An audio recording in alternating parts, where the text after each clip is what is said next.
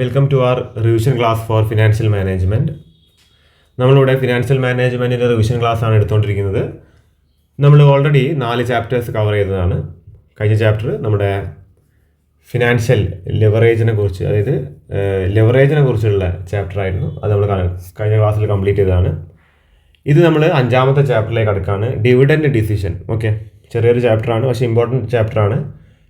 ഒരുപാട് എന്താണ് നമ്മൾ ഇപ്പോൾ കോമേഴ്സിൻ്റെ അടിസ്ഥാനത്തിൽ വരുന്ന PSC എന്നാണ് പോലും ഒരുപാട് ചോദിക്കുന്ന ഈ ഒരു ചാപ്റ്ററിന് ഒരുപാട് ക്വസ്റ്റ്യൻസ് വരുന്നതാണ് ഡിവിഡൻഡ് ഡിസിഷൻ. ഓക്കെ, അപ്പോൾ ആദ്യം തന്നെ എന്താണ് ഡിവിഡൻഡ് ഡിസിഷൻ എന്നുള്ളതാണ് നമ്മുടെ ചോദ്യം വരാൻ ചാൻസ് ഉള്ളത് എക്സാമിന്. What you mean by dividend decision എന്ന് നോക്കുകയാണെങ്കിൽ നിങ്ങൾ എഴുതേണ്ടത് the management has to decide the portion of earnings should be distributed is called dividend decision. അതായത് എത്ര പോർഷൻ ഓഫ് ഏർണിങ്സ് ഡിസ്ട്രിബ്യൂട്ട് ചെയ്യണം, അതായത് ഷെയർ ഹോൾഡേഴ്സിന് ഡിസ്ട്രിബ്യൂട്ട് ചെയ്യണം എന്നതാണ് ഡിവിഡൻഡ് ഡിസിഷനെ കൊണ്ട് ഉദ്ദേശിക്കുന്നത്. അപ്പോൾ ഒരു എൻറ്റയർ പ്രോഫിറ്റിൽ നിന്ന് ചിലപ്പോൾ എന്താണ് ഒരു ചെറിയൊരു പോർഷൻ സ്ഥാപനം എന്ത് ചെയ്യും, റീറ്റെയിൻഡ് ഏർണിങ്സ് ആയിട്ട് സൂക്ഷിക്കും. ഓക്കെ, ചിലപ്പോൾ ചെറുതല്ല, ചിലപ്പോൾ അതിൻ്റെ ഹാഫ് വരെ എന്താണ് ഹാഫോ അല്ലെങ്കിൽ ചിലപ്പോൾ എന്താണ് കൂടുതൽ പോർഷനും ചിലപ്പോൾ എന്താണ് കമ്പനി റീറ്റെയിൻഡ് ആയിട്ട് സൂക്ഷിക്കും. ഒരു പോർഷനായിരിക്കും ചിലപ്പം ഡിസ്ട്രിബ്യൂട്ട് ചെയ്യാം. ഓക്കെ, അപ്പോൾ അതെങ്ങനെ വേണമെന്നുള്ളത് തീരുമാനിക്കുന്ന ഒരു ചാപ്റ്ററാണിത്. ഓക്കെ, അപ്പോൾ ഇതാണ് ഡിവിഡൻഡ് ഡിസിഷൻ ചോദിക്കുകയാണെങ്കിൽ നിങ്ങൾ ഇത് എഴുതുക. ഇനി എന്താണ് ഡിവിഡൻഡ് എന്ന് ചോദിക്കുകയാണെങ്കിൽ ഈ ഒരു പോർഷൻ എഴുതി വെക്കുക. Dividends are the sum of money distributed by a company to its share holders.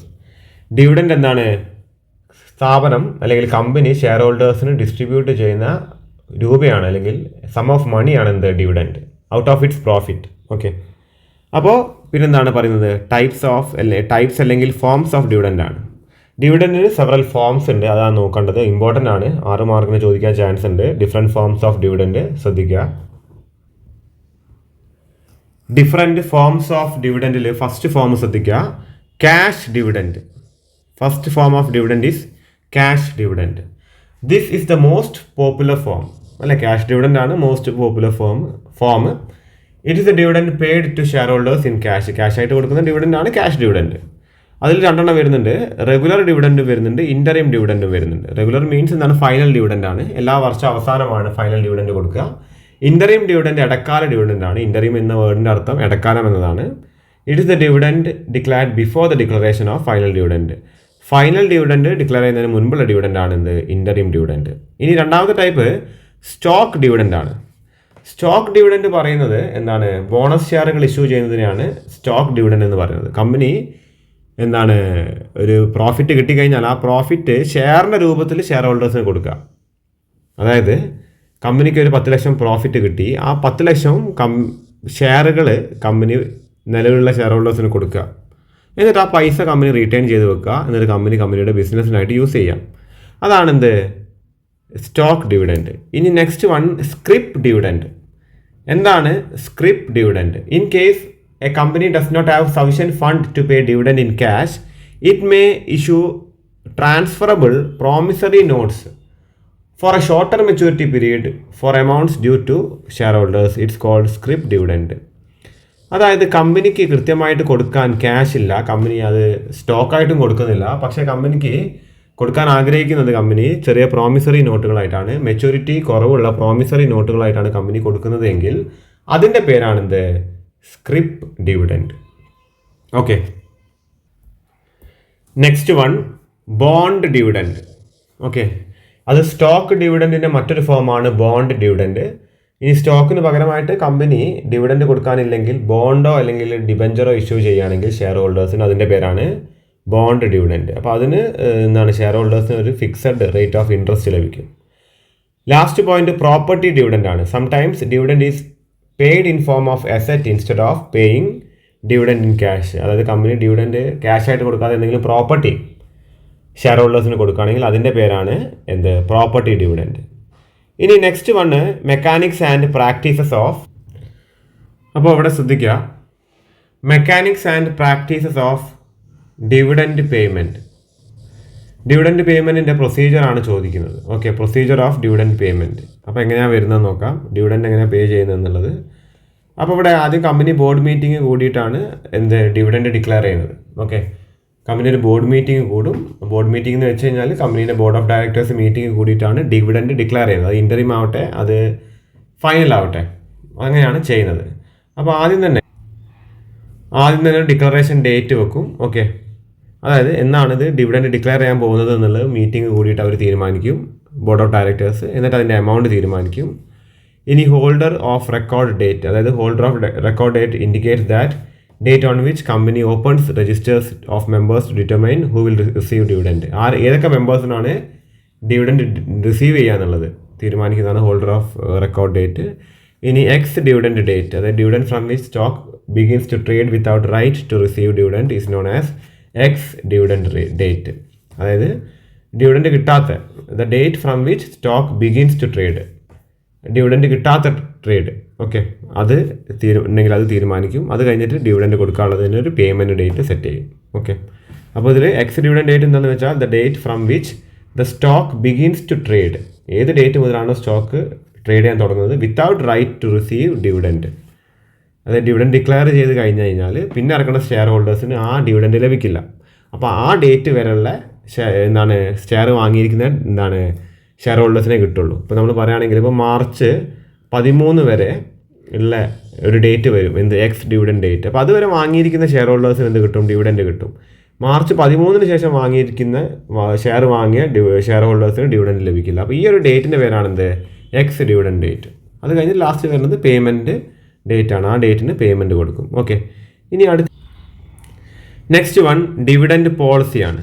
അപ്പോൾ എന്തായിരിക്കണം കമ്പനിയുടെ dividend policy? Okay, the basic question before the board of directors is how much profit should be divided among shareholders and how much to be retained. എത്ര profit ഒരു പ്രോഫിറ്റിൻ്റെ അളവ് കിട്ടിക്കഴിഞ്ഞാൽ പ്രോഫിറ്റിൽ എത്ര dividend ആയിട്ട് കൊടുക്കണം, എത്ര കമ്പനി സൂക്ഷിക്കണം, റിട്ടേൺ ഏർണിങ്സ് ആയിട്ട് എത്ര കമ്പനി സൂക്ഷിക്കണം, അതാണ് ഡിവിഡൻഡ് പോളിസി എന്ന് വെച്ചാൽ. ഓക്കെ, ഇനി ഡിവിഡൻഡ് പോളിസിയുടെ മീനിങ് എന്താണെന്ന് ചോദിക്കുകയാണെങ്കിൽ ഇത് എഴുതി വെക്കുക.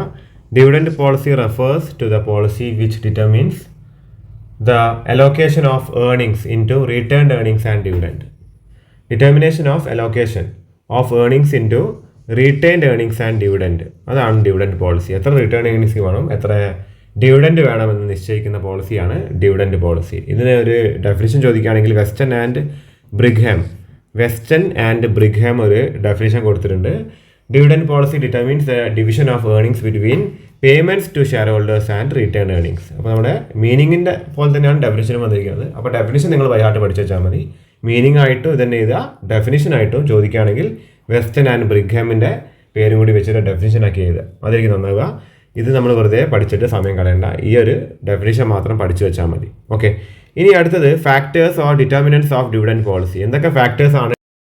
ഇനി അടുത്ത സൈഡ് ഹെഡിങ് ശ്രദ്ധിക്കുക. Factors or determinants of dividend policy. Dividend പോളിസിയെ ബാധിക്കുന്ന ഘടകങ്ങൾ ഏതൊക്കെയാണെന്നുള്ളതാണ്. There are large number of factors affecting dividend policy. These factors may be classified broadly into two, internal and external factors. രണ്ട് തരം ഫാക്ടേഴ്സ് ആയിട്ടാണ് ഈ factors of determinants of dividend നമ്മൾ തരംതിരിച്ചിരിക്കുന്നത്. ഒന്ന് ഇന്റേണൽ ഫാക്ടറും ഒന്ന് എക്സ്റ്റേണൽ ഫാക്ടറും. So there are two factors basically, internal factor and external factor. രണ്ട് തരം ഫാക്ടേഴ്സ് ഉണ്ട്. ആദ്യം നമുക്ക് ഇന്റേണൽ ഫാക്ടേഴ്സിനെ കുറിച്ച് നോക്കാം. ഓക്കെ, അപ്പോൾ ഇന്റേണൽ ഫാക്ടേഴ്സിൽ there are sub factors. Okay, internal ഫാക്ടേഴ്സിനെ ബാധിക്കുന്ന മറ്റു കാര്യങ്ങളുണ്ട്. അതിലൊന്നാണ് stability and size of earnings. ഒന്ന് ഏർണിങ്സിൻ്റെ സ്റ്റെബിലിറ്റി, സ്റ്റേബിളായിട്ട് ഏർണിങ്സ് കിട്ടുന്നുണ്ടെങ്കിൽ ഡിവിഡൻഡ് അധികം കൊടുക്കാൻ ചാൻസ് ഉണ്ട്. അതേമാതിരി വലിയ സൈസിൽ ഏർണിങ്സ് കിട്ടുകയാണെങ്കിലും ഡിവിഡൻഡ് അധികം ഷെയർ ഹോൾഡേഴ്സിന് കൊടുക്കാൻ ചാൻസ് ഉണ്ട്. So stability and size of earnings. Second point is liquidity of fund. എത്രമാത്രം ലിക്വിഡ് ഫണ്ട് ഒരു കമ്പനിയുടെ അടുത്തുണ്ട്. ലിക്വിഡ് ഫണ്ട് കുറവാണെങ്കിൽ, ലിക്വിഡ് അസറ്റ്സ് കുറവാണെങ്കിൽ കമ്പനി അധികം ഡിവിഡൻഡ് കൊടുക്കാൻ ചാൻസ് ഇല്ല. കമ്പനിക്ക് ലിക്വിഡ് അസറ്റിൻ്റെ ആവശ്യം കൂടുതലാണ്. കാര്യം പെട്ടെന്ന് വിനിമയം ചെയ്യാൻ പറ്റുന്ന അസറ്റ്സ് ഇല്ലെങ്കിൽ കമ്പനി എന്തെങ്കിലും അധികം ഡിവിഡൻഡ് കൊടുക്കാൻ ചാൻസ് ഇല്ല. അത് കഴിഞ്ഞിട്ട് next one investment opportunities and shareholders preference. എത്രമാത്രം ഇൻവെസ്റ്റ്മെൻറ്റ് ഓപ്പർച്യൂണിറ്റീസ് കമ്പനീസിന് മുമ്പിലുണ്ട്. അങ്ങനെയാണെങ്കിൽ കമ്പനി ഡിവിഡൻഡ് ചുരുക്കിയിട്ട് റിട്ടേൺ ഏർണിങ്സ് വെച്ചിട്ട് കൂടുതൽ ഇൻവെസ്റ്റ്മെൻറ്റിലേക്ക് തിരിയും. അതേപോലെ ഷെയർ ഹോൾഡറിൻ്റെ പ്രിഫറൻസും കാര്യമാണ്. ഷെയർ ഹോൾഡർ കൂടുതൽ ഡിവിഡൻഡ് നിർബന്ധപൂർവ്വം ആവശ്യപ്പെടുകയാണെങ്കിൽ കമ്പനിക്ക് അത് കൊടുത്തേ മതിയാവുള്ളൂ. ഓക്കെ, അപ്പോൾ ഇൻവെസ്റ്റ്മെൻറ്റ് ഓപ്പർച്യൂണിറ്റീസും ഷെയർ ഹോൾഡേഴ്സിൻ്റെ പ്രിഫറൻസും ഇമ്പോർട്ടൻ്റ് ആണ്. അപ്പോൾ ശ്രദ്ധിക്കുക, it should give preference to retention of earnings over payment to dividend. In short, management should follow that policy which suits shareholders interest and company's interest. Investment opportunity കമ്പനീൻ്റെ interest ബാധിക്കുന്ന കാര്യമാണ്. Share ഹോൾഡറിന്റെ preference share ഹോൾഡറിന്റെ interest ബാധിക്കുന്ന കാര്യമാണ്. ഇനി നാലാമത്തെ point ശ്രദ്ധിക്കുക, attitude of management towards control. മാനേജ്മെന്റിന് എത്രമാത്രം കൺട്രോൾ ചെയ്യണമെന്ന് ആഗ്രഹമുണ്ട്. അപ്പോൾ മാനേജ്മെന്റ് കൂടുതൽ കൺട്രോൾ ചെയ്യാൻ ആഗ്രഹിക്കുന്ന മാനേജ്മെന്റ് ആണെങ്കിൽ അവർ കൂടുതലും എന്താണ് റിട്ടേൺ ഏർണിംഗ്സ് ഒക്കെ വെച്ചിട്ട് കൂടുതലും ഡിവിഡൻഡ് എന്താണ് കൂടുതൽ ഇൻവെസ്റ്റ്മെന്റ് ഓപ്പർച്യൂണിറ്റീസിലേക്ക് ഇൻവെസ്റ്റ് ആണ് ചാൻസ്. ഓക്കെ, ഇനി അഞ്ചാമത്തെ പോയിന്റ് പാസ്റ്റ് ഡിവിഡൻഡ് റേറ്റ്. കഴിഞ്ഞ വർഷങ്ങളിൽ കൊടുത്തു പോകുന്ന ഡിവിഡൻഡ് റേറ്റും എന്താണ് നിലവിലെ കൊടുക്കുന്ന ഡിവിഡൻഡ് പോളിസിയെ ബാധിക്കുന്ന ഒരു ഇന്റേണൽ ഫാക്ടറാണ്. ഓക്കെ, അപ്പോൾ ഇതൊക്കെ ഇന്റേണൽ ഫാക്ടേഴ്സ് ആണ്. ഇതിന് പോലെ ഇന്റേണൽ ഫാക്ടേഴ്സിൽ വരുന്ന മറ്റ് പോയിന്റ്സ് ആണ് എബിലിറ്റി ടു ബോറോ. കമ്പനിക്ക് കടം വാങ്ങാനുള്ള കഴിവ്, കടം വാങ്ങാൻ കൂടുതൽ കഴിവുള്ള അല്ലെങ്കിൽ കടം കൂടുതൽ കിട്ടുന്ന സ്ഥാപനമാണെങ്കിൽ അവർ ഡിവിഡൻഡ് അധികം ഷെയർ ഹോൾഡേഴ്സിന് വീതിച്ച് കൊടുക്കുക ചെയ്യുക. കടം കിട്ടുന്ന കുറവുള്ള കമ്പനീസ് ആണെങ്കിൽ അവരെന്ത് ചെയ്യില്ല, അവർ ആ ഡിവിഡൻഡ് അവർ തന്നെ സൂക്ഷിച്ച് വെച്ചിട്ട് ഷെയർ ഹോൾഡേഴ്സിന് അധികം വീതിച്ച് കൊടുക്കില്ല. ഇനി നീഡ് ടു റീപേ ഡെപ്റ്റ്. കൂടുതൽ ഡെപ്റ്റ് റീപേ ചെയ്യണമെന്നുണ്ടെങ്കിൽ, കൂടുതൽ കടം വാങ്ങി വെച്ചിരിക്കുന്ന കമ്പനിയാണ്, കൂടുതലും കടം വീട്ടാനുണ്ടെങ്കിൽ കമ്പനി കിട്ടുന്ന ഡിവിഡൻഡ് ആ കാര്യത്തിനായിരിക്കും യൂസ് ചെയ്യുക. അധികം ഷെയർ ഹോൾഡേഴ്സിന് അത് വീതിച്ച് കൊടുക്കാൻ ചാൻസ് ഇല്ല. അപ്പോൾ ഇതൊക്കെയാണ് ഇന്റേണൽ ഫാക്ടേഴ്സ്. ഈ ഫാക്ടേഴ്സ് ഡിറ്റർമിനിങ് ഡിവിഡൻഡ് പോളിസി വളരെ ഇമ്പോർട്ടൻ്റ് ആണ്. എസ് ആയിട്ട് ചോദിക്കാൻ ചാൻസ് ഉള്ളൊരു ക്വസ്റ്റൻ ആണ്, നിങ്ങൾ നോട്ട് ചെയ്ത് വെക്കുക. അപ്പോൾ ഇന്റേണൽ ഫാക്ടേഴ്സ് തന്നെ 7 പോയിന്റ് വരുന്നുണ്ട്. ഇനി എക്സ്റ്റേണൽ ഫാക്ടേഴ്സിൽ ശ്രദ്ധിക്കുക. Following are the important external factors. അപ്പോൾ എന്തൊക്കെയാണ് external factors? First one trade സൈക്കിളാണ്. Trade cycle also exercise influence upon dividend policy. For example, during inflation funds generated from depreciation may not be sufficient for replacement of asset. This may compel a company to retain more profit and pay a lower rate of dividend. അതായത് trade cycle എന്താണ്, ഇൻഫ്ലേഷൻ്റെ കേസൊക്കെ വരുന്ന നേരത്ത് company എന്ത് ചെയ്യില്ല, company dividend അധികം വീതിച്ച് കൊടുക്കാൻ chance ഇല്ല. ഇനി ലീഗൽ റിക്വയർമെൻറ്റ്, ഡിവിഡൻഡ് ഇത്ര അളവിൽ കൊടുത്തോളാം എന്നുള്ള നിയമങ്ങൾ ഉണ്ടെങ്കിൽ കമ്പനിക്ക് അത് ചെയ്തേ പറ്റുള്ളൂ. അത് ഡിവിഡൻഡ് പോളിസിയെ ബാധിക്കുന്ന കാര്യമാണ്. അപ്പോൾ ഇന്റേണൽ ഫാക്ടേഴ്സ് കമ്പനിക്ക് നിയന്ത്രിക്കാൻ പറ്റുന്ന കാര്യങ്ങളാണ്, എക്സ്റ്റേണൽ ഫാക്ടേഴ്സ് കമ്പനിക്ക് നിയന്ത്രിക്കാൻ പറ്റാത്ത കാര്യങ്ങളാണ്. അപ്പോൾ ലീഗൽ റിക്വയർമെൻ്റ് ആണ് സെക്കൻഡ് പോയിന്റ്. തേർഡ് പോയിന്റ് ശ്രദ്ധിക്കുക, കോർപ്പറേറ്റ് ടാക്സ് ആണ്. എത്രമാത്രം കോർപ്പറേറ്റ് ടാക്സ് കമ്പനി അടയ്ക്കണം എന്നുള്ളത്. അത് ഡിവിഡൻഡിനെ ഡയറക്റ്റ് ആയിട്ടും ഇൻഡയറക്റ്റ് ആയിട്ടും എഫക്റ്റ് ചെയ്യുന്ന കാര്യമാണ്, കോർപ്പറേറ്റ് ടാക്സ്. ഇനി അടുത്തത് ജനറൽ സ്റ്റേറ്റ് ഓഫ് എക്കണോമിയുടെ നിലവിലെ കണ്ടീഷൻ എന്താണ്, അതും ഡിവിഡൻഡിനെ ബാധിക്കുന്ന, ഡിവിഡൻഡ് പോളിസിയെ ബാധിക്കുന്ന ഒരു ഫാക്ടറാണ്. അഞ്ചാമത്തെ പോയിന്റ് ക്യാപിറ്റൽ മാർക്കറ്റിന്റെ കണ്ടീഷൻസ് ഡിവിഡൻഡ് പോളിസിയെ ബാധിക്കുന്ന കാര്യമാണ്. ലാസ്റ്റ് പോയിന്റ് ഗവൺമെന്റ് പോളിസിയും ഡിവിഡൻഡിനെ ബാധിക്കുന്ന കാര്യമാണ്. മെയിൻ പോയിന്റ്സ് കൃത്യമായിട്ട് ബൈഹാർട്ട് ചെയ്ത് പഠിച്ചു വെക്കുക. അതിൻ്റെ കൂട്ടത്തിൽ അതിനൊരു വിവരണമായിട്ട് നിങ്ങൾ നിങ്ങളുടെ ഓൺ വേർഡ്സ് തന്നെ എഴുതുന്നതായിരിക്കും നന്നാവുക. ഓക്കെ, കൊടുത്തിരിക്കുന്ന നോട്ട്സ് ജസ്റ്റ് ഒന്ന് വായിച്ചു നോക്കിയിട്ട് നിങ്ങളുടെ ഓൺ വേർഡ്സ് തന്നെ എഴുതുന്നതായിരിക്കും നന്നാവുക. മൊത്തത്തിൽ നമുക്ക് ഏകദേശം 15 പോയിന്റ്. ഇനി ഡിവിഡൻഡ് തിയറീസിനെ കുറിച്ചാണ് നമുക്ക് പഠിക്കാനായിട്ടുള്ളത്. ഡിവിഡൻഡ് തിയറീസിനെ കുറിച്ചിട്ട്. ഓക്കെ, അതിൻ്റെ മറ്റൊരു പേരാണ് dividend policy and value of firms. Okay, dividend policy, value of firm എങ്ങനെ കണക്കാക്കുക എന്നുള്ളതാണ്. അപ്പോൾ ഇവിടെ എഴുതിയിരിക്കുന്ന ശ്രദ്ധിക്കുക, the value of firm can be maximised if the share holders wealth is maximised. അതായത് ഒരു ഫേമിൻ്റെ വാല്യൂ എങ്ങനെ വർദ്ധിക്കുന്നത്, അതിൻ്റെ ഷെയർ ഹോൾഡറിൻ്റെ വെൽത്ത് മാക്സിമൈസ് ചെയ്യുമ്പോഴാണ്. ദർ ആർ 2 സ്കൂൾസ്, 2 തരം ചിന്താധാരകളുണ്ട്, schools of thought on the relationship between dividend policy and value of firm. അതായത് ഡിവിഡൻഡ് പോളിസി, വാല്യൂ ഓഫ് ഫേമിനെ കുറിച്ചിട്ട് 2 ചിന്താധാരകളാണ് പോകുന്നത്. According to one school of thought, dividend decision policy does not effect shareholders wealth. അതായത് ഒരു പോളിസിയിൽ പറയുന്നത്, അല്ലെങ്കിൽ ഒരു ചിന്താധാരയിൽ, അല്ലെങ്കിൽ ഒരു സ്കൂൾ ഓഫ് തോട്ടിൽ പറയുന്നത്, ഡിവിഡൻഡിനെ കുറിച്ച് നമ്മൾ എടുക്കുന്ന തീരുമാനങ്ങൾ ഒരിക്കലും ഫേമിൻ്റെ വാല്യൂവിനെ ബാധിക്കുന്നില്ല എന്നുള്ളതാണ്. Okay, it implies that dividends are irrelevant. Dividend irrelevant ആണ് എന്നതാണ് അത് അനുമാനിക്കുന്നത്. ഓക്കെ, അപ്പോൾ ഇർറെലവൻസ് ഓഫ് ഡിവിഡൻഡ് ആണ്. According to other school of thought, dividend decision affects shareholders wealth. മറ്റ് ഒരു സ്കൂൾ ഓഫ് തോട്ട് പറയുന്നത് the dividend decision actually affect the share holders wealth എന്നുള്ളതാണ്. Okay, it implies that dividends are relevant. അപ്പോൾ relevant school of തോട്ടും ഉണ്ട്, irrelevant school of തോട്ടും ഉണ്ട്. Okay, so there are 2 dividend theories. One is relevant school of thought and the second one is irrelevant school of thought. Okay, regarding to dividend policy and value of firm. Okay, അപ്പോൾ ഇതൊന്ന് not ചെയ്ത് വെച്ചേക്കുക. എന്താണ് dividend theories എന്ന് ചോദിക്കുകയാണെങ്കിൽ there are 2 kinds of theories എഴുതി വെക്കുക എക്സാമിന്. ഓക്കെ, ഇനി അല്ലെങ്കിൽ എന്താണ് dividend policy and value of firm എന്ന് ചോദിക്കുകയാണെങ്കിലും എന്ത് ചെയ്യുക, ഈ 2 സ്കൂൾ ഓഫ് തോട്ടിനെ കുറിച്ച് നിങ്ങൾ എഴുതി വെക്കുക. ഇനി ഈ ഇറലവൻസിനെ കുറിച്ച് നമുക്ക് ആദ്യമായിട്ട് നോക്കാനായിട്ടുണ്ട്. ഓക്കെ, ആദ്യം നമുക്ക് ഇറലവൻസ് കോൺസെപ്റ്റ് ഓഫ് ഡിവിഡൻഡ് അല്ലെങ്കിൽ ഇറലവൻസ് തിയറീസ് ആണ് നോക്കാനായിട്ടുള്ളത്. അപ്പോൾ ഇതിൽ പറഞ്ഞിരിക്കുന്നത് ശ്രദ്ധിക്കുക. This school of thought is associated with Solomon, Modigliani and Miller. അപ്പോൾ 3 പേരാണ് ഈ ഒരു സ്കൂൾ ഓഫ് തോട്ടുമായിട്ട് ബന്ധപ്പെട്ട് കിടക്കുന്നത്. One is Solomon and one is മോഡിഗ്ലിയാനിയാണ്, and the third one is Miller. Okay, so these 3 persons are associated with irrelevance school of thought. Okay, അപ്പോൾ according to them dividend policy has no effect on the market price. അപ്പോൾ dividend policy market പ്രൈസായിട്ട് യാതൊരു ബന്ധമില്ലെന്ന് അവർ പറഞ്ഞത് on of the share. Okay, അപ്പോൾ ആദ്യം നമുക്ക് മോഡിഗ്ലാനി മില്ലർ തിയറിയാണ് മെയിനായിട്ട് നോക്കാനായിട്ടുള്ളത്. മറ്റ് എന്താണ് ഇത് രണ്ടും കൂടി ചേർത്ത് രണ്ടും കൂടി പേരിൻ്റെ അടിസ്ഥാനത്തിലാണ് ഇത് അറിയപ്പെടുന്നത്. സോളമൻ്റെ തിയറി എന്നല്ല, ഇത് മോഡിഗ്ലാനി മില്ലർ തിയറി എന്നാണ് അറിയപ്പെടുന്നത്. ഓക്കെ, അപ്പോൾ എന്താണ് ഈ തിയറി എന്ന് നമുക്ക് തിയറി ക്വസ്റ്റ്യൻ ചോദിക്കുകയാണെങ്കിൽ നമുക്ക് എങ്ങനെ, അപ്പോൾ ശ്രദ്ധിക്കുക. അപ്പോൾ മോഡിഗ്ലാനി മില്ലറിനെ കുറിച്ചിട്ട് നമുക്കൊരു തിയറി ക്വസ്റ്റ്യൻ ചോദിക്കുകയാണെങ്കിൽ എഴുതിയിരിക്കുന്നത് ശ്രദ്ധിക്കുക. This theory states that firms dividend policy has no effect on the value of firm, okay, or shareholders' wealth. Modigani Miller states that when a company pays dividend, retention of earning decreases. അതായത് company കൂടുതൽ dividend കൊടുക്കുകയാണെങ്കിൽ അതിന് retention power, അത് സൂക്ഷിച്ചു വെക്കുന്ന dividend അല്ലെങ്കിൽ അതിൻ്റെ return earnings കുറയാണ് ചെയ്യുന്നത്. The market price of its share increases, hence the value of firm increases. അതായത് കമ്പനി ഡിവിഡൻഡ് കൊടുക്കുമ്പോൾ എന്താണ് അതിൻ്റെ മാർക്കറ്റ് പ്രൈസ് കൂടാൻ ചാൻസ് ഉണ്ട്. But due to payment of dividend the cash balance decrease.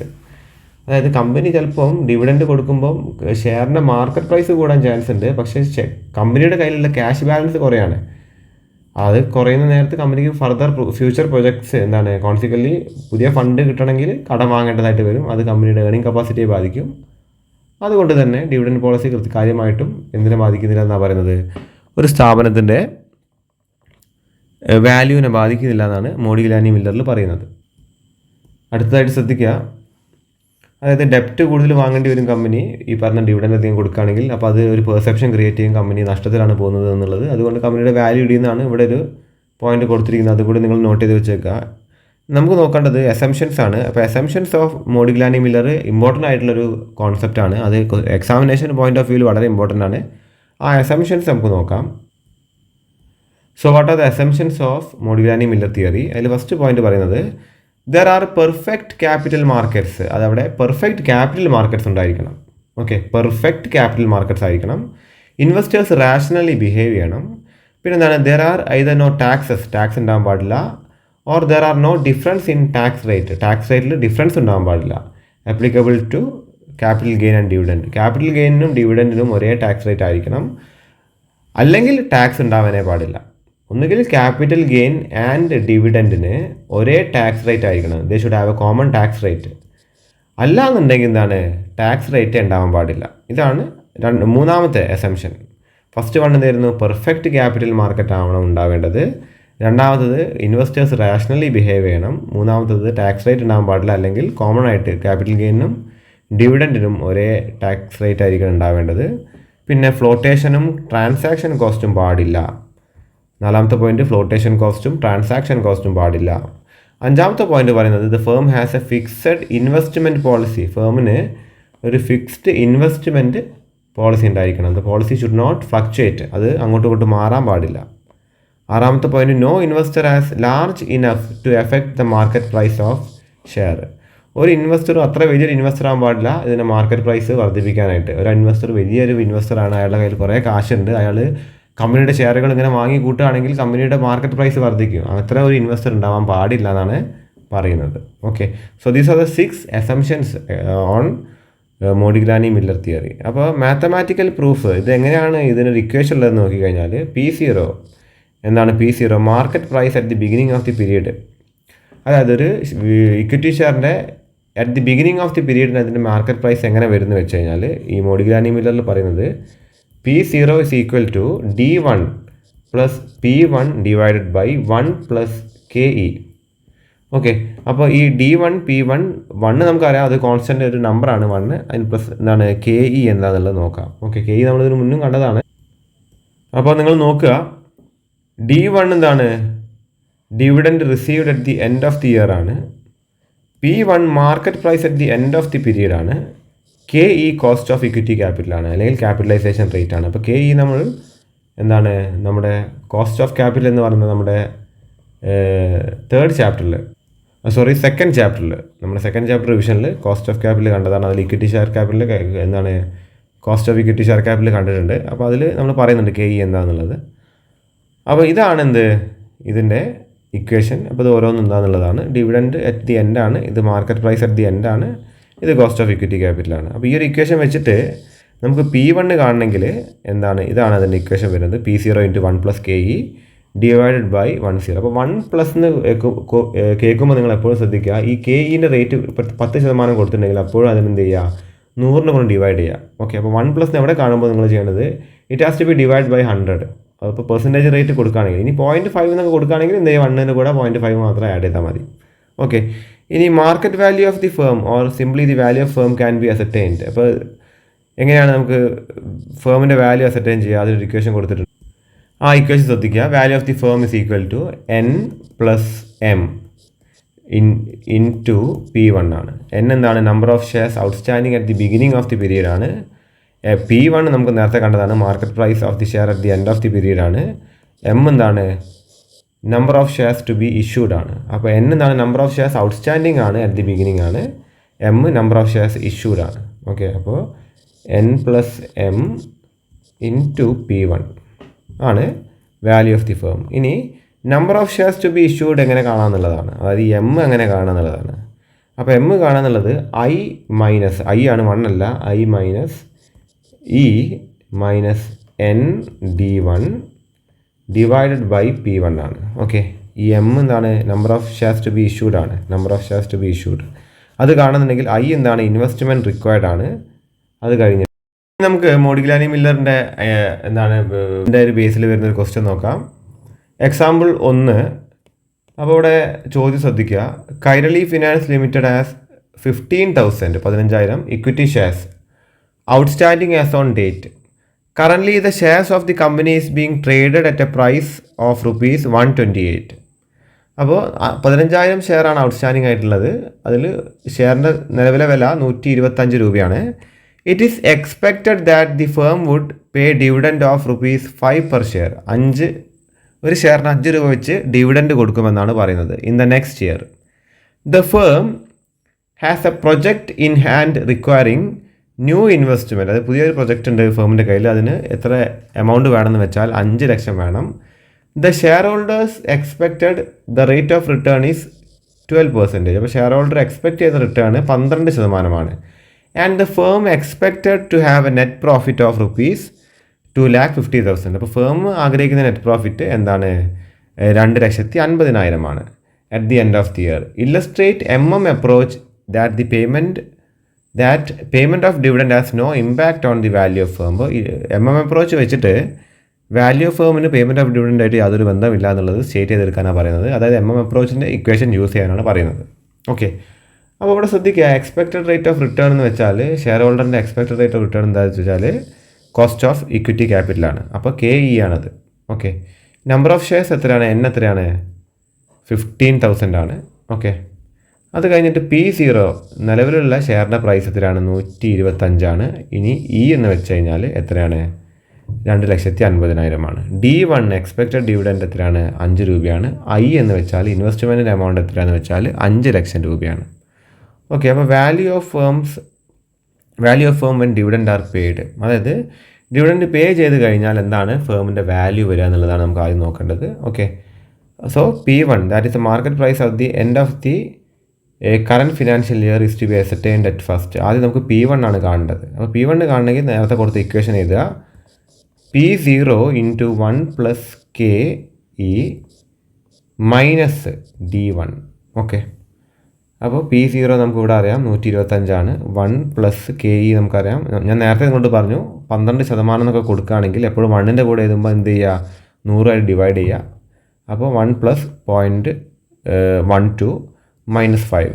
Okay, അപ്പോൾ 125 × 1.12 - 5 which is equal to 135. Okay, അത് കഴിഞ്ഞിട്ട് താഴെ ഇതായിരുന്നു ഫസ്റ്റ് സ്റ്റെപ്പായിട്ട് ചെയ്തത് P1 കാണൽ. അത് നിങ്ങൾ താഴെ ശ്രദ്ധിക്കുക, number of shares to be issued ആണ്, അതായത് M ആണ് നമുക്ക് കാണേണ്ട തരത്തത്. ഓക്കെ, അപ്പോൾ M നിങ്ങൾ കാണുക. I minus E minus N D one divide by P one. അപ്പോൾ ഐ നമുക്കറിയാം 5 lakh ആണ്, ഇ 2,50,000 ആണ്.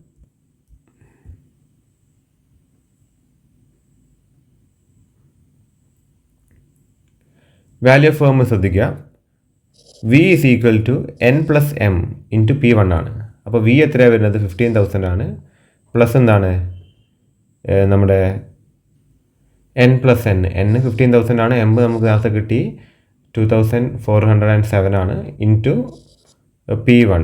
ഓക്കെ, അപ്പോൾ ഇത് രണ്ടും കൂടി ആഡ് ചെയ്യുമ്പോൾ 17,407 ഇൻറ്റു 135 ആണ്. അപ്പോൾ അത് 23,50,000 ആണ്. ഓക്കെ, അപ്രോക്സിമേറ്റ് എമൗണ്ട് ആണ്. ഇനി അടുത്തതായിട്ട് നോക്കേണ്ടത് value of firm when dividends are not paid. Dividend കൊടുത്തിട്ടില്ലെങ്കിൽ എന്താണ് value of firm? Market price at the end of the year നോക്കാം. ഓക്കെ, അതായത് P1 is equal to P0 into 1 plus KE minus D1. അപ്പോൾ P1 നമുക്ക് കാണേണ്ടത്, അതിൽ 125 ആണ് നമ്മുടെ P0ൻ്റെ വാല്യൂ. 1 പ്ലസ് KE നമ്മൾ കണ്ടതാണ്, ഡിവൈഡ് ബൈ 100 ആകുമ്പോൾ 0.12 ആവും. മൈനസ് D1 എന്താണ് ഇവിടെ? ഡിവിഡൻഡ് കൊടുക്കാത്തത് കൊണ്ട് 0 ആണ്.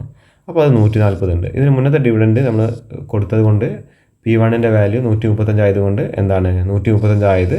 ഇവിടെ എന്താണ്? അത് 140 ആയി. അപ്പോൾ എന്താണ്? ഇതുകൊണ്ട് തന്നെ ഇതിൻ്റെ സെക്കൻഡ് സ്റ്റെപ്പിലേക്ക് കിടക്കുന്നത് number of shares to be issued, അതായത് എമ്മിൻ്റെ വാല്യൂ കാണാന്നുള്ളതാണ്. അതിൻ്റെ ഇക്വേഷൻ എന്താണ്? ഇൻവെസ്റ്റ്മെൻറ്റ് മൈനസ് എന്താണ് expected earnings minus number of shares to be issued. Number of shares issued ആണ്, ടു ബി അല്ല. Number of shares issued into D1 ആണ്, dividend paid ആണ്. ഓക്കെ, ഇവിടെ ഡിവിഡൻഡ് പെയ്ഡ് 0 വരിക, ഡിവൈഡ് ബൈ P1, അത് 140. അപ്പോൾ ആ ഇക്വേഷൻ വെച്ച് ഇവിടെ 5 ലക്ഷം നേരത്തെ കിട്ടിയ എക്സ്പെക്റ്റഡിന് മാറ്റില്ല. ഇവിടെ D1 0 വരെ, കാര്യം നമ്മളെന്താണ് ഒന്നും ഇവിടെ ഇഷ്യൂ ചെയ്യുന്നില്ല. ഇഫ് 0 ഡിവിഡൻഡ് ഇഷ്യൂഡ് ആണ്.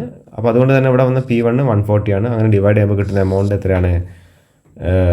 1,785.71 ആണ്. ഓക്കെ, അപ്പോൾ അത് കിട്ടിക്കഴിഞ്ഞാൽ നമുക്ക് പിന്നെ വാല്യൂ ഓഫ് ഫേം കാണാം. V is equal to N plus M into P1 ആണ്. എൻ കൊടുത്തിരിക്കുന്നത് 15,000 ആണ്, എം 1,785.71 ആണ്, P1 കൊടുത്തിരിക്കുന്നത് 140 ആണ്.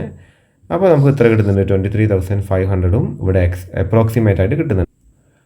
അതായത് നേരത്തെ കിട്ടിയ അതേ എമൗണ്ട് തന്നെയാണ് ഇവിടെയും കിട്ടുന്നത്. ഓക്കെ, ഡിവിഡൻഡ് കൊടുത്താലും ഇതേ എമൗണ്ടാണ് വാല്യൂ ഓഫ് ഫേം, ഡിവിഡൻഡ് കൊടുത്തിട്ടില്ലെങ്കിലും ഇതേ എമൗണ്ടാണ് വാല്യൂ ഓഫ് ഫേം. അതുകൊണ്ടാണ് മോഡിഗ്ലാനി മില്ലർ തിയറിയിൽ പറയുന്നത് there is no relevance to paying dividend while computing value of a firm. Okay, അപ്പോൾ അതുകൊണ്ടാണ് വരുന്നത്. അപ്പോൾ രണ്ടും സെയിം എമൗണ്ട് ആണ്. ഓക്കെ, അപ്പോൾ ഇതാണ് ഇതിൻ്റെ ഒരു ക്വസ്റ്റ്യൻ വരുന്നത്. എസ്എ ക്വസ്റ്റ്യൻ ആയിട്ട് ഇത് ക്വസ്റ്റ്യൻ ചോദിക്കുകയാണെങ്കിൽ ചോദിക്കുള്ളൂ, കാര്യം ഒരുപാട് സ്റ്റെപ്പുകൾ ചെയ്യാണ്ട്. ഓക്കെ, പക്ഷേ വളരെ സിമ്പിളാണ്. ഇതേ സെയിം ക്വസ്റ്റ്യൻ നിങ്ങൾ 2 പ്രാവശ്യം ചെയ്ത് കഴിഞ്ഞാൽ തന്നെ എന്താണ് നിങ്ങൾക്ക് ഇതിൻ്റെ ആൻസേഴ്സ് അല്ലെങ്കിൽ ഇതിൻ്റെ കൃത്യമായിട്ടൊരു സ്ട്രക്ചറും പിന്നെ എന്താണ് അതിൻ്റെ കൃത്യമായൊരു ഫ്ലോ നിങ്ങൾക്ക് മനസ്സിലാവും. ഓക്കെ, വളരെ സിമ്പിളാണ്. പക്ഷേ ടൈമുള്ള സമയത്ത് പെട്ടെന്ന് ചെയ്യുക. എക്സാമിന് തലേന്നൊക്കെ നോക്കിക്കഴിഞ്ഞാൽ വല്ലാത്ത കൺഫ്യൂസിങ് ആയി വരും. കാര്യം ഒരു കാരണവശാലും എന്താണ് എക്സാമിന് തലേന്നൊന്നും നോക്കാനായിട്ട് നിൽക്കരുത്. അതായത് പഠിച്ചവരോട് നോക്കാനായിട്ട് നിൽക്കരുത് എന്നല്ല പറയുന്നത്, ഇതിന് മുന്നേ, അതായത് എക്സാമിന് കുറച്ച് ദിവസം മുന്നേ തന്നെ നമ്മൾ കൃത്യമായിട്ട് ഇത് പ്രിപ്പയർ ചെയ്ത് വെച്ചിരിക്കണം. അപ്പോഴേ എക്സാമിന് തലേന്ന് നോക്കുമ്പോൾ നമുക്കൊന്ന് അതൊന്ന് ഫ്രഷപ്പ് ചെയ്യാൻ പറ്റുള്ളൂ. അല്ലാത്ത പക്ഷേ എക്സാമിന് തലേന്ന് പഠിക്കാതിരുന്നാൽ നമുക്ക് കൺഫ്യൂഷൻ വരുന്നുള്ള രീതിയിലാണ് പറഞ്ഞത്. ഓക്കെ, അടുത്തത് ക്രിറ്റിസിസംസ് ഓഫ് ദ തിയറി. അതായത് ഈ തിയറിനെ കൊണ്ടുള്ള ക്രിറ്റിസിസംസ് എന്തൊക്കെയാണെന്നുള്ളതാണ്. അതായത് ഇതിനെ കൊണ്ടുള്ള തിയറിക്കെതിരെയുള്ള വിമർശനങ്ങൾ എന്തൊക്കെയാണെന്നുള്ളതാണ്. ഓക്കെ, അപ്പോൾ അതിൽ ഫസ്റ്റ് പോയിന്റ് ശ്രദ്ധിക്കുക, പെർഫെക്റ്റ് ക്യാപിറ്റൽ മാർക്കറ്റ് ഒരിക്കലും എക്സിസ്റ്റ് ചെയ്യില്ല. ആ ഒരു അസംഷൻ നമ്മൾ കണ്ടതാണ്. ഇതിൻ്റെ അസംഷനിൽ there is no perfect capital market. ഒന്നും പെർഫെക്റ്റ് അല്ല ഈ ലോകത്ത്. അപ്പോൾ there is no perfect capital market. രണ്ടാമത്തെ പോയിന്റ് എന്താണ്? While issuing shares the company will have to incur floating cost. അതായത് ഫ്ലോട്ടിംഗ് കോസ്റ്റ് എന്തായാലും ഇൻകർ ചെയ്തേ പറ്റുള്ളൂ. അപ്പോൾ ഫ്ലോട്ടിംഗ് കോസ്റ്റും ട്രാൻസാക്ഷൻ കോസ്റ്റും പാടില്ല എന്നുള്ളത് ഇതിൻ്റെ അസംഷൻസിൽ ഉള്ളതാണ്. അപ്പോൾ അതും ഒരു ഡ്രോബാക്കാണ്, അതൊരു ക്രിറ്റിസിസമാണ്. ഇനി മൂന്നാമത്തെ ക്രിറ്റിസിസം നോക്കാം. Tax do exist. ടാക്സുകൾ എക്സിസ്റ്റ് ചെയ്യുന്നുണ്ട്. എന്താണ്? അത് ഡിഫറൻഷിയേറ്റഡ് ആണ്.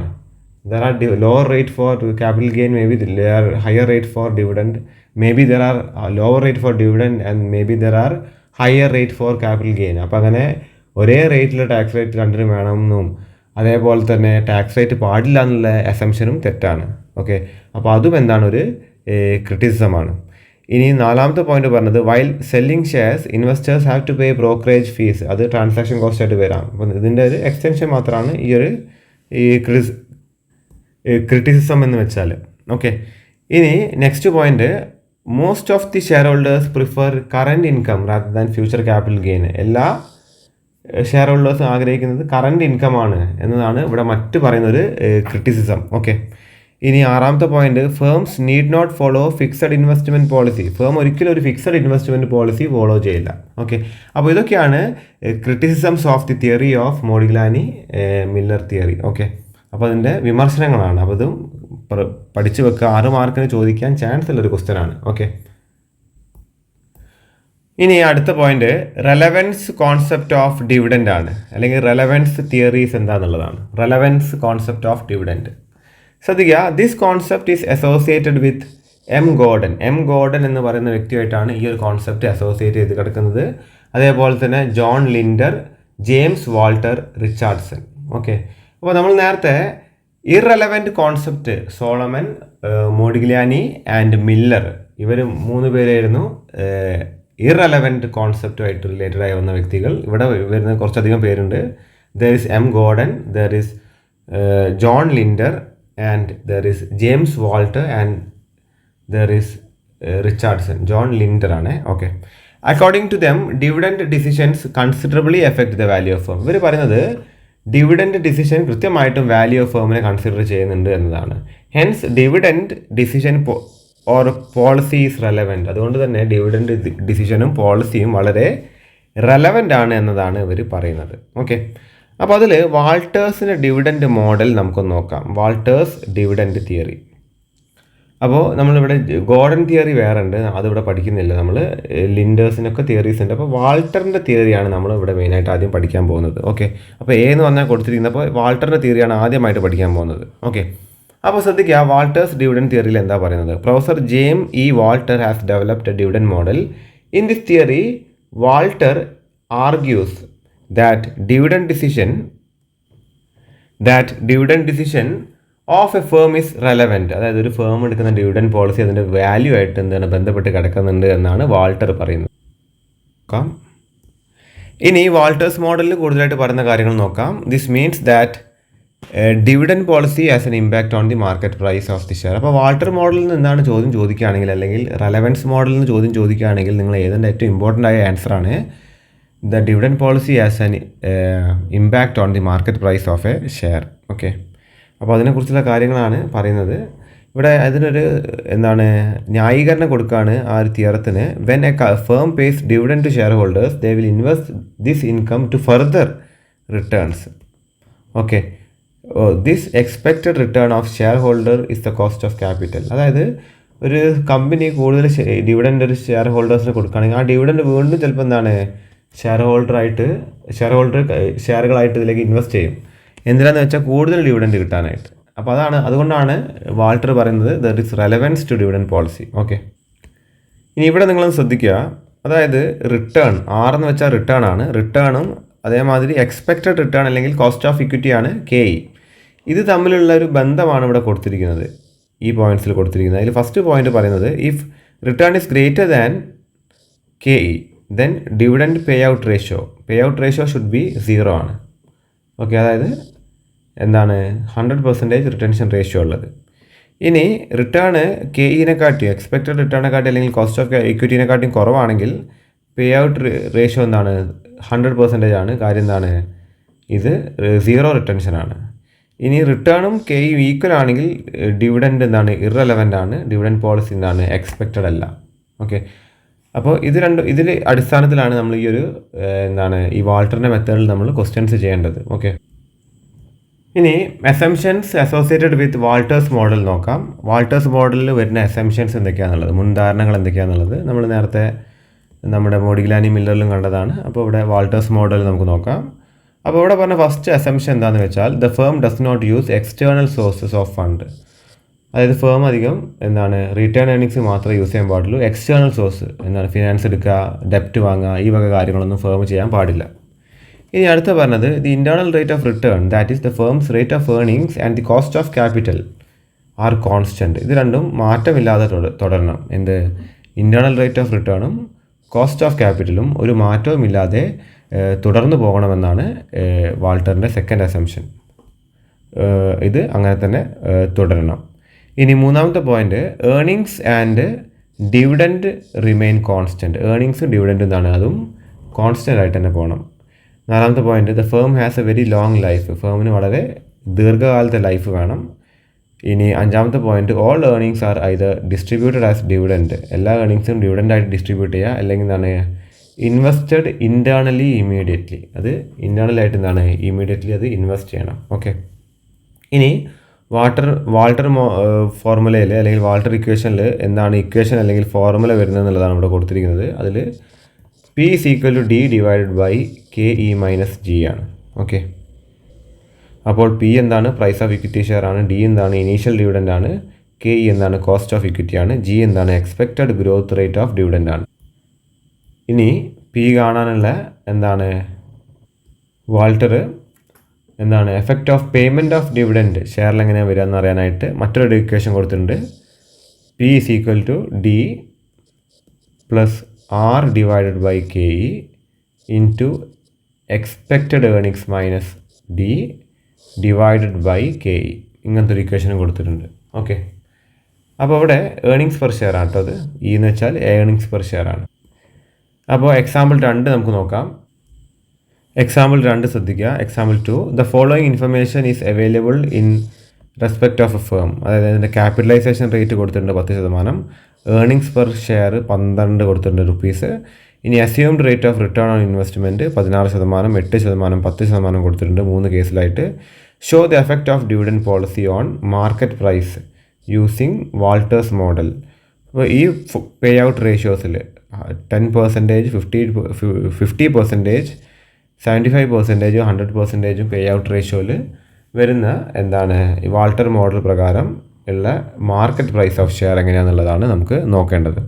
അപ്പോൾ ആദ്യം നിങ്ങൾ രണ്ടാമത്തെ ഇക്വേഷൻ എഴുതി വെക്കുക. Price is equal to D plus R divide by KE into E minus D divide by KE. Okay. അപ്പോൾ നമ്മുടെ assumed internal rate of return 3 കൂടെ എഴുതി വെക്കുക നിങ്ങൾ. ഒന്ന് 16%, ഒന്ന് 8%, അടുത്തത് 10%. ഓക്കെ.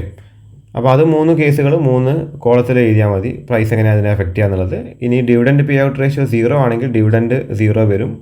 ഇവിടെ എന്താണ് 16 ഇവിടെ 0.16 വരും. നമുക്കറിയാം അതിന് 100 ഡിവൈഡ് ചെയ്യണം. ഇവിടെ 8നെ 100 ഡിവൈഡ് ചെയ്ത് ഇവിടെ എഴുതുക. ബാക്കിയെല്ലാം എന്താണ്, ഇത് നമ്മുടെ കോസ്റ്റ് ഓഫ് ഇക്വിറ്റി ആണ്. ഓക്കെ. ഇത് ഡിവിഡൻറ്റിൻ്റെ എമൗണ്ട് ആണ്, അതിൽ മാറ്റം വരുന്നില്ല. ഓക്കെ. അപ്പോൾ ഇവിടെ 12 എല്ലാം ഈക്വലായിട്ട് വരും. ഇവിടെയാണ് എന്ത് വരിക, 0 വരിക. കാര്യം എന്താണ്, ഇത് ഡിവിഡൻഡ് പേ ഔട്ട് റേഷ്യോ 0 ആണ്. അപ്പോൾ അങ്ങനെ താഴെ എന്ത് വരും, 10 തന്നെ വരും. KEൻ്റെ എമൗണ്ട് ആണ്, അത് 100 ഡിവൈഡ് ചെയ്യുക. അപ്പോൾ ഓരോന്നിനും 192, 96, 120. ഇനി 50% പേ ഔട്ട് റേഷ്യോ വരുമ്പോൾ ഡിവിഡൻഡ് എമൗണ്ട് 12 ആണ്, അതിൻ്റെ 50% 6 എഴുതുക. അപ്പോൾ ഇവിടെ 0 എഴുതിയ ഭാഗത്തെല്ലാം എന്ത് ചെയ്യുക, ഈ 6 നിങ്ങൾ എഴുതി വെക്കുക. ഓക്കെ. പിന്നെ ബാക്കി എല്ലാം നേരത്തെ എഴുതിയ അതേ സെയിം ആണ്. അപ്പോൾ ഇവിടെ 156, 108, 120 വരും. ഇനി അടുത്തത് ഇവിടെ ഡിവിഡൻഡ് പേ ഔട്ട് റേഷ്യോ 75% ആണെങ്കിൽ ഇപ്പോൾ എന്താണ് 12 75% എടുക്കുക, 9 വരും. അപ്പോൾ ഇവിടെ ഈ പറഞ്ഞ 0ഉം 6ഉം വന്ന ഭാഗത്ത് ഇവിടെ 9 വരും. എല്ലാ ഭാഗത്തും 9 ഇവിടെ വരും. ബാക്കി എല്ലാ സ്ഥലത്തും സെയിം ആണ്. ഓക്കെ. കാര്യം ഇവിടെ മാറും. കാര്യം എന്താണ്, ഇവിടെ 16 ഉള്ളത് ഇത് 16% ഇവിടെ വരുന്നത്. ഇവിടെ 8 ഉള്ളത് കൊണ്ട് ഇവിടെ 8 വരും. ഇവിടെ 10 ഉള്ളത് കൊണ്ട് ഇവിടെ 10 വരും. ഓക്കെ. അപ്പോൾ ഈ എമൗണ്ടുകളാണ് ഇവിടെ കിട്ടിയിരിക്കുന്ന പ്രൈസുകൾ. ഇനി നിങ്ങൾ ശ്രദ്ധിക്കുക, ഡിവിഡൻഡ് പേ ഔട്ട് റേഷ്യോ 100% ആണെങ്കിൽ ഡിവിഡൻഡ് 12 രൂപ തന്നെ ഫുള്ളായിട്ട് വരും. ഇവിടെ എല്ലാം വരുന്നത് 12 തന്നെ വരും. ഇവിടെ 12, പിന്നെ ഇവിടെ 16, 8, 10. ഓക്കെ. അപ്പോൾ അങ്ങനെ വരുമ്പോൾ 120, 120, 120. അപ്പോൾ ഇതിൻ്റെ കൺക്ലൂഷൻ ചെയ്ത് ഇവിടെ എന്താണ്, KE 6നെക്കാട്ടും കൂടുതലാണെങ്കിൽ എന്താണ് ഇവിടെ എന്താ വരുന്നത്, ഡിവിഡൻഡ് പേ ഔട്ട് റേഷ്യോ 0 ആണ് വരിക. ഓക്കെ. എന്നാൽ ഹയസ്റ്റ് ആണ് 192 വരുന്നത്. ഇനി 6 കുറവാണെങ്കിൽ എന്താണ്, ഇതെന്താണ് market value of share 120 highest value. ഇനി ഇത് ഈക്വൽ ആണെങ്കിൽ എന്താണ്, ഇത് റിമെയിൻ സെറ്റ് എന്താണ് 120 irrespective of dividend pay out ratio. അപ്പോൾ ഇതാണ് ഇതിൻ്റെ ഒരു കൺക്ലൂഷനായിട്ട് വരുന്നത്. അപ്പോൾ ഓരോന്നായിട്ട്, അപ്പോൾ ഇതൊക്കെ വളരെ വലിയ ക്വസ്റ്റ്യൻസ് ആണ്. അപ്പോൾ ചോദിക്കുകയാണെങ്കിൽ എസ് ആയിട്ടാണ് ചോദിക്കുക. ഇക്വേഷൻ ബൈ ഹാർട്ട് പഠിക്കുക, അവിടെ കൊള്ളിക്കേണ്ട കാര്യങ്ങൾ എന്താണെന്നുള്ളത് കൃത്യമായിട്ട് മനസ്സിലാക്കുക. ഓക്കെ. ഇനി നമുക്ക് ഒരു മോഡലും കൂടി, അതിന് മുന്നായിട്ട് നമുക്ക് ഈ വാൾട്ടേഴ്സ് മോഡലിൻ്റെ ക്രിറ്റിസിസംസ് എന്താണെന്നുള്ളത് നമുക്ക് നോക്കാനായിട്ടുണ്ട്. അപ്പോൾ വാൾട്ടേഴ്സ് മോഡലിൻ്റെ ഈ ക്രിറ്റിസിസംസ് ആണ്. അപ്പോൾ അതിൽ ഫസ്റ്റ് ക്രിറ്റിസിസം എന്ന് വെച്ചാൽ the assumption that investment are finance through return earnings is not true. അതായത് ഒരു അസംഷൻ പറയുന്നുണ്ട് അതിൽ റിട്ടേൺ ഏർണിങ്സിലൂടെ മാത്രമേ ഫിനാൻസ് റേസ് ചെയ്യാൻ പാടുള്ളൂ എന്നുള്ളത്. അതൊരു റോങ് അസംഷനാണ്. മറ്റ് ഒരുപാട് സോഴ്സുകളുണ്ട്, കമ്പനി എന്തായാലും അതൊക്കെ സ്വീകരിച്ചേ പറ്റുള്ളൂ. പിന്നെ എന്താണ് IRR and cost of capital എന്താണ് ഒരിക്കലും കോൺസ്റ്റൻ്റ് ആയിട്ട് നിലനിൽക്കില്ല. പിന്നെ we cannot predict that firm has a very long life. എപ്പോഴും ഫേമിന് ലോങ് ലൈഫ് ഉണ്ടാകും നമുക്ക് പ്രെഡിക്റ്റ് ചെയ്യാൻ സാധിക്കില്ല. അതൊന്നിൻ്റെ ഒരു അസംഷനായിട്ട് പറഞ്ഞ കാര്യങ്ങളാണ്. അതായത് ഈ അസംഷൻസിൻ്റെ എന്താണ് പോരായ്മകളാണ് നമ്മൾ അധികം ഇതിൻ്റെയൊക്കെ ഈ ക്രിറ്റിസിസംസ് ആയിട്ട് നമ്മൾ എഴുതുന്നത്. ഓക്കെ, അപ്പോൾ അത് നിങ്ങളൊന്ന് നോട്ട് ചെയ്ത് വെക്കുക. ഇനി നാലാമത്തെ point, risk factor is not considered. ഇവിടെ റിസ്ക് ഫാക്ടർ എന്താണ് കൺസിഡർ ചെയ്യുന്നില്ല. Okay, because it assumes that EPS is constant. EPS constant ആകുന്നതാണ് ഇതിൻ്റെ ഒരു അസംഷൻ. ഓക്കെ, അപ്പോൾ ഇതാണ് എന്ത് വാൾട്ടേഴ്സ് മോഡൽ. അപ്പോൾ റെലവൻറ്റ് മോഡലിൽ ആദ്യത്തെ വാൾട്ടർ മോഡലാണ്. ഇറലവൻറ്റിലാണ് ആദ്യം മോഡിഗ്ലാനി മില്ലർ വന്നത്. ഇനി റെലവൻറ്റ് മോഡൽ രണ്ടാമത്തെ മോഡലാണ് ഗോർഡൻസ് മോഡൽ. ഓക്കെ, അപ്പോൾ ഗോർഡൻസ് മോഡൽ എന്താ പറയുന്നത് നോക്കാം. Gordon has also given a model on line of Walter. Walter പറഞ്ഞ പോലെ തന്നെ ഗോർഡനും ഒരു മോഡൽ കൊടുത്തിട്ടുണ്ട്. He suggest that dividend are relevant and it will effect the value of the firm. Dividend relevant ആണ്, അത് ഫേമിൻ്റെ വാല്യൂയെ ബാധിക്കുന്നുണ്ട്. He argued that the value of a rupee of dividend income is more than the value of rupee of capital gain. അപ്പോൾ അദ്ദേഹം പറയുന്നത് ഡിവിഡൻഡിൽ കിട്ടുന്ന വാല്യൂവിനെക്കാട്ടും കൂടുതലായിട്ട് investor നോക്കുന്നത് capital gain, അതായത് ഷെയറിൻ്റെ പ്രൈസ് വരുന്ന ഫ്ലക്ച്വേഷൻ നമുക്ക് യൂസ് ചെയ്തുകൊണ്ട് നമ്മളാണ് അധികം എന്ത് ചെയ്യുക, ഷെയറിന് പൈസ ഉണ്ടാക്കുക. അതാണ് ഇൻവെസ്റ്റർ കൂടുതലും ആഗ്രഹിക്കുന്നതാണ് ഗോർഡൻ പറയുന്നത്. This is on account of the uncertainty of future and discounting future dividend. അതായത് നമുക്ക് ഒരു ഭാവിയിൽ കിട്ടുന്ന ഡിവിഡൻഡിന് ഒരിക്കലും ആ ഒരു വാല്യൂ കിട്ടില്ല. ഇപ്പോൾ 5000 രൂപ ഭാവിയിൽ കിട്ടുന്ന പറഞ്ഞാൽ അതിൻ്റെ വാല്യൂ ഇന്ന് ചിലപ്പോൾ ഒരു 4900 രൂപയാവാം. ഓക്കെ, അപ്പോൾ ആ ഒരു പ്രശ്നം കാരണം അധികം എന്താണ് ക്യാപിറ്റൽ ഗെയിനാണ് ഇൻവെസ്റ്റേഴ്സ് കൂടുതൽ ഇമ്പോർട്ടൻസ് കൊടുക്കുക എന്നുള്ളതാണ് ഗോർഡൻ പറയുന്നത്. അപ്പോൾ ഇവിടെ ശ്രദ്ധിക്കുക, Gordon argues that investor prefers current dividend rather than capital gain. Dividend are more predictable than capital gain. അപ്പോൾ ഡിവിഡൻഡാണ് ആഗ്രഹിക്കുക, പക്ഷേ കറണ്ട് ഡിവിഡൻഡാണ് ഇൻവെസ്റ്റർ കൂടുതൽ ആഗ്രഹിക്കുക എന്നുള്ളതാണ് ഗോർഡൻ പറയുന്നത്. ഓക്കെ, അപ്പോൾ ശ്രദ്ധിക്കുക, according to Gordon the market value of share is equal to the present value of future infinite stream of dividend. അപ്പോൾ ഇദ്ദേഹം ഫ്യൂച്ചറിൽ കൊടുക്കുന്ന ഡിവിഡൻഡിന് പ്രസൻറ്റ് വാല്യൂ കണക്കാക്കിയിട്ടാണ് ഇതിൻ്റെ മാർക്കറ്റ് വാല്യൂ കണക്കാക്കുന്നത്. അപ്പോൾ ഇവിടെ ഇദ്ദേഹം പ്രസൻറ്റ് വാല്യൂവിനൊരു എന്താണ് ഇമ്പോർട്ടൻസ് കൊടുക്കുന്നുണ്ട്. ആര്?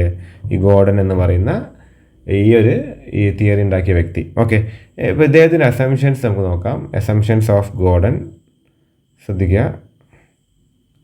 അപ്പോൾ ഗോർഡൻ്റെ അസംഷൻസിൽ ഫസ്റ്റ് പറഞ്ഞത് the firm is all equity firm. ഫേമിന് ഡെപ്റ്റ് പാടില്ല, there should be only equity. അപ്പോൾ ഇത് നമുക്ക് ഇതിൻ്റെ ഈ ക്രിറ്റിസിസം എന്ന് പറയുമ്പോൾ എന്താണ് ഇങ്ങനത്തെ ഒരു ഫേം ഇല്ല എന്നുള്ളത് ഏതിലാണ് നമ്മുടെ ഇമ്പോർട്ടൻറ്റ് പോയിന്റ്. ഓക്കെ, അസംഷൻസ് പഠിക്കുക. ഇനി എന്താണ് there is no such a thing called all equity firm എന്ന് എഴുതി വെക്കുക. അപ്പോൾ അത് എന്താണ് അതിൻ്റെ ഒരു ക്രിറ്റിസിസമാണ്. ഇനി return earnings are the only source of financing. അപ്പോൾ വാൾട്ടറിനെ പോലെ തന്നെ ഇദ്ദേഹം പറഞ്ഞത് റിട്ടേൺ ഏർണിങ്സ് ആണ് ഒരു സ്ഥാപനത്തിൻ്റെ ഏറ്റവും only financing. The rate of return on the firm's investment എന്താണ് കോൺസ്റ്റൻ്റ് ആയിരിക്കണം. നാലാമത്തെ point, the growth rate of firm G is the product of its retention ratio B. അതായത് ഗ്രോത്ത് റേറ്റ് G ആണെങ്കിൽ അതിന് റിട്ടൻഷൻ റേഷ്യോ B ആണ്. And rate of return എന്താണ് R ആണ്. Okay, അപ്പോൾ G will be equal to B into R. Growth rate is equal to retention rate into rate of return. ഇനി cost of capital constant ആണ്. It is more than growth rate. അത് growth റേറ്റിനെക്കാട്ടി കൂടുതലായിരിക്കണം. ഫേമിന് long term life വേണം. അതും വാൾട്ടറിൽ പറഞ്ഞ കാര്യം തന്നെയാണ്. Corporate tax ഉണ്ടാവാൻ പാടില്ല. ഇത് ഏകദേശം മോഡിഗ്ലാനി മില്ലറിലൊക്കെ പറഞ്ഞൊരു പോയിന്റ് തന്നെയാണ്. കോർപ്പറേറ്റ് ടാക്സ് ഉണ്ടാവാൻ പാടില്ല എന്നുള്ളത് ഗോർഡനും പറയുന്നുണ്ട്. ഓക്കെ, അപ്പോൾ ഗോർഡൻസ് തിയറിയിൽ ഇതിൻ്റെ ഇക്വേഷൻ നമുക്ക് നോക്കാം. Under Gordon's model the market price of share is calculated as follows. താഴെ കൊടുത്തിരിക്കുന്നതാണ് മാർക്കറ്റ് പ്രൈസിൻ്റെ equation. P0 is equal to E, which is earning per share, into 1 minus B. B is retention ratio. KE is equal to cost of equity minus BR is equal to growth rate, okay, or rate of return. Okay, അപ്പോൾ 1 minus B എങ്ങനെ എഴുതാം? പറഞ്ഞ dividend pay out ratio ആയിട്ട് കണക്കാക്കാം. Okay, percentage of earnings distributed as dividend. Okay, അപ്പോൾ നമുക്ക് direct ആയിട്ട് ഇതിൻ്റെ ഒരു ക്വസ്റ്റ്യൻ ശ്രദ്ധിക്കുക. Example 3, the following information is available in respect of A limited. അപ്പോൾ അതിൻ്റെ ഏർണിംഗ് പെർ ഷെയർ കൊടുത്തിട്ടുണ്ട് 10 രൂപ. കോസ്റ്റ് ഓഫ് ക്യാപിറ്റൽ KE കൊടുത്തിട്ടുണ്ട് 10%. Find out the market price of share under different rate of return. അപ്പോൾ rate of return different കൊടുത്തിട്ടുണ്ട്.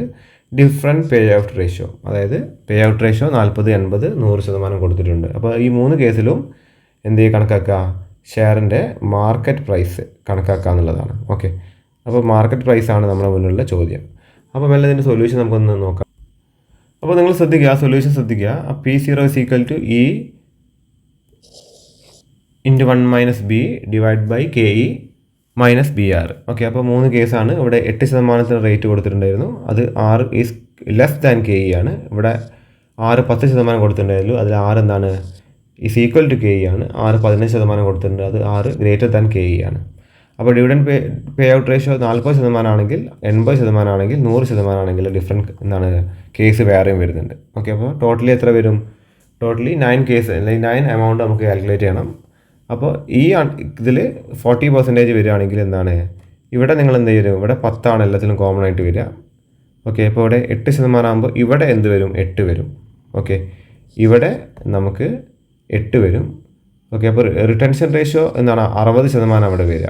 അപ്പോൾ dividend pay out ratio 40 വരുമ്പോൾ retention എത്ര വരിക, 100 രൂപേൻ്റെ ഷെയർ കിട്ടിയാൽ അതിൽ 40 നമ്മൾ എന്താണ് പേ ഔട്ട് ചെയ്തത്, 40% കൊടുത്തെന്ന് പറയുമ്പോൾ അതിന് ബാക്കി എത്രയാണ്, 60%. അപ്പോൾ 60% ആണെന്ത് ഡിവൈഡ് ചെയ്തിട്ട് 1 ആയിട്ട് മൈനസ് ചെയ്യേണ്ടത്. അപ്പോൾ ഇവിടെ 6 വരും, ഇവിടെ 6 വരും, ഇവിടെ 6, ഇവിടെ 6, ഇവിടെ 6, ഇവിടെ 6. കാര്യം 40 100 എന്ത് മൈനസ് ചെയ്യുക, 40 മൈനസ് ചെയ്തിട്ട് വേണം 60 ഇവിടെ എഴുതാനായിട്ട്. ഓക്കെ, ഇനി 8% കേസ് ഇവിടെ വരുന്ന നേരത്ത് ഇവിടെ നിങ്ങൾ എന്ത് ചെയ്താൽ 8 എഴുതുക, ഇവിടെ നിങ്ങൾ 10 തന്നെ എഴുതുക, ഇവിടെ 10 തന്നെ എഴുതുക, ഇവിടെ 8 എഴുതുക, ഇവിടെ 10 എഴുതുക, ഇവിടെ 15 എഴുതുക. ഈ എമൗണ്ടുകൾക്കൊന്നും മാറ്റമില്ല. ഇവിടെ 80% ഡിവിഡൻഡ് പേ ഔട്ട് റേഷ്യോ വരുമ്പോൾ 100 80 മൈനസ് ചെയ്യുക, 20 വരിക. അപ്പോൾ 0.2 വരും. 20 100 കൊണ്ട് ഡിവൈഡ് ചെയ്ത് ഇവിടെ 0.2 എഴുതുക, ഇവിടെ 0.2 എഴുതുക, ഇവിടെ 0.2, ഇവിടെ 0.2, ബാക്കി എന്താണ് ഇവിടെ 10 ഉള്ളതൊക്കെ സെയിം. ഓക്കെ, അപ്പോൾ ഇത് എവിടെ ബാധിക്കും, ഇവിടെ ബാധിക്കും. ഈ പറയുന്ന ഇത് എവിടെ ബാധിക്കും, ഇത് ഇവിടെ ബാധിക്കും, ഇത് ഇവിടെ ബാധിക്കും. ഓക്കെ, അത് കഴിഞ്ഞിട്ട് ഈ പേ ഔട്ട് റേഷ്യോൻ്റെ 60% ഇവിടെയും ബാധിക്കും. ഈ ഓരോ കേസിലും ഇവിടെയുള്ള 20%, അതായത് 18ൻ്റെ ബാലൻസിങ് ഫിഗർ എവിടെ ബാധിക്കും, ഇവിടെ ബാധിക്കും. ഓക്കെ, അത് ശ്രദ്ധിക്കുക. ഇനി ലാസ്റ്റ് കേസിൽ 100% ആണ്. അപ്പോൾ ഇവിടെ 0 വരിക. ഓക്കെ, ഇവിടെ വരും 0, ഇവിടെ വരും 0, ഇവിടെ വരും, ഇവിടെ 0.8, ഇവിടെ 0.10, ഇവിടെ 0.15. ഓക്കെ, ഓരോന്നായിട്ട് എഴുതി വെക്കുക. അപ്പോൾ ഇവിടെ ഓരോ എമൗണ്ടുകൾ നോക്കുക. 77 ആണ് ഇവിടെ കിട്ടുക, 100 ഇവിടെ കിട്ടുക, 400 ഇവിടെ കിട്ടുക, 95 ഇവിടെ കിട്ടുക, 100 ഇവിടെ കിട്ടുക, 114.3 ഇവിടെ കിട്ടുക, 100 ഇവിടെ കിട്ടും, 100 ഇവിടെ കിട്ടും, 100 ഇവിടെ കിട്ടും. ഇവിടെ എന്താണ്, ഇത് ഈക്വൽ ആകുന്ന നേരത്ത് റിട്ടൻഷൻ റേഷ്യോ 100% ആകുന്നതാണ്. എല്ലാ ഭാഗത്തും 100 കിട്ടുക. ഇവിടെ കൂടുക ചെയ്യുന്നത്, ഇവിടെയും കൂടുകയാണ് ചെയ്യുന്നത്. ഇവിടെ നല്ല രീതിയിലാണ് കൂടുന്നത്. അപ്പോൾ അതിൻ്റെ കൺക്ലൂഷൻസ് ഇവിടെ കൊടുത്തിട്ടുണ്ട്. അപ്പോൾ ഓരോന്നായിട്ട് ജസ്റ്റ് ഒന്ന് വായിച്ചു നോക്കുക. ഇമ്പോർട്ടൻ്റ് ആയിട്ടുള്ളത് അതിൻ്റെ ആൻസർ കണ്ടെത്തുക എന്നുള്ളതാണ്. അപ്പോൾ നമ്മളിതിൽ കണ്ടെത്തിയ കാര്യങ്ങൾ എന്താണ്, when R is greater than KE the market price of share increases as dividend payout ratio decreases. അതായത് dividend pay out ratio decrease ചെയ്യുമ്പോൾ എന്ത് ചെയ്യുക, R ഗ്രേറ്റർ ആണെങ്കിൽ ഇത് ഇൻക്രീസ് ചെയ്യുക. R ലെസ് ആണെങ്കിൽ എന്താണ്, dividend pay out ratio increase ചെയ്യുന്ന നേരത്ത് എന്താണ് ഷെയർ പ്രൈസും ഇൻക്രീസ് ആവുക ചെയ്യുക. ഇനി R ഈക്വൽ ആണെങ്കിൽ എന്താണ്, അത് അൺചേഞ്ച് ആയിട്ട് പോവുക ചെയ്യുക. ഓക്കെ, അപ്പോൾ അതാണ് അതിൻ്റെ ഒരു കൺക്ലൂഷനായിട്ട് പറഞ്ഞത്. പിന്നെ ലാസ്റ്റ് ആയിട്ടുള്ള ഡിവിഡൻഡ് പോളിസി ഇൻ പ്രാക്ടീസ് എന്നുള്ളതാണ്. അത് നമുക്ക് എക്സാമിനേഷന് വലിയൊരു ഇമ്പോർട്ടൻസ് ഉള്ള കാര്യമല്ല. അപ്പോൾ ഇത്രയും കാര്യങ്ങളാണ് മെയിനായിട്ടും ഈ ഒരു ചാപ്റ്ററിൽ നമുക്ക് പഠിക്കാനായിട്ടുള്ളത്. സിമ്പിളായിട്ടുള്ളൊരു ചാപ്റ്ററാണ്. നമ്മൾ പെട്ടെന്ന് ഇപ്പോൾ റിവിഷൻ ആയതുകൊണ്ട് ഓരോ കാര്യങ്ങൾ പെട്ടെന്ന് ഡിസ്കസ് ചെയ്ത് കണക്ട് ചെയ്ത് പോകുന്ന കാര്യങ്ങളാണ്. എന്തെങ്കിലും നിങ്ങൾക്ക് സംശയങ്ങളുണ്ടെങ്കിൽ നിങ്ങളത് കമൻറ്റ് സെക്ഷനിൽ ചോദിക്കുക. Okay, thank you.